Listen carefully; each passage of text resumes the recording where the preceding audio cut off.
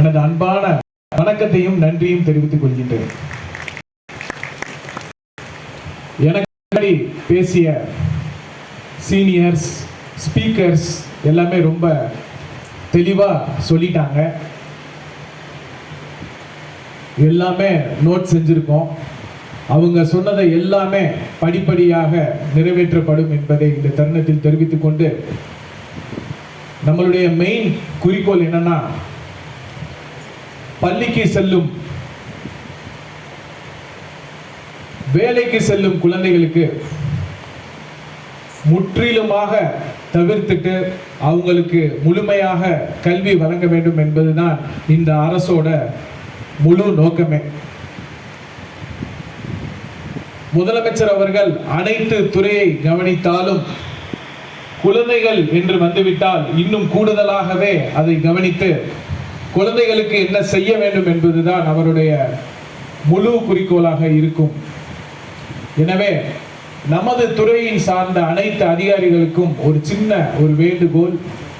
நீங்க இவ்வளவு நாள் நல்லா செயல்பட்டு வந்தாலும் ஏதாவது ஒரு கம்ப்ளைண்ட் வந்து நம்ம போய் அங்க குழந்தை தொழிலாளர்கள் இருக்காங்க அந்த மாதிரி செக் பண்ணாம ரெகுலராகவே நீங்க இனிமே போயிட்டு குழந்தை தொழிலாளர் இல்லா தமிழ்நாடு என்ற அந்த பெயரை எடுக்க வேண்டும் என்றால் நம்மளுடைய முழு ஒத்துழைப்பும் தேவை என்பதை தெரிவித்துக் கொண்டு, அது மட்டும் இல்லாமல்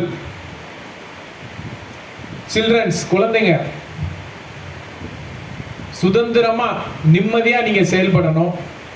உங்களுக்கு என்ன சப்போர்ட்னாலும் வழங்குறதுக்கு தான் நம்மளுடைய கவர்மெண்ட் இருக்கு. உங்களுடைய எதிர்காலத்தை பத்தி நீங்க கவலையே பட வேணாம். உங்களுக்கான அரசு நம்ம அரசு, தமிழ்நாடு அரசு, நம் முதல்வரின் அரசு. அதனால நீங்க தைரியமா செயல்படுங்க. எதுனாலும் சொல்லுங்க, நம்ம அரசு சார்ந்து நம்ம செஞ்சு கொடுப்போம்.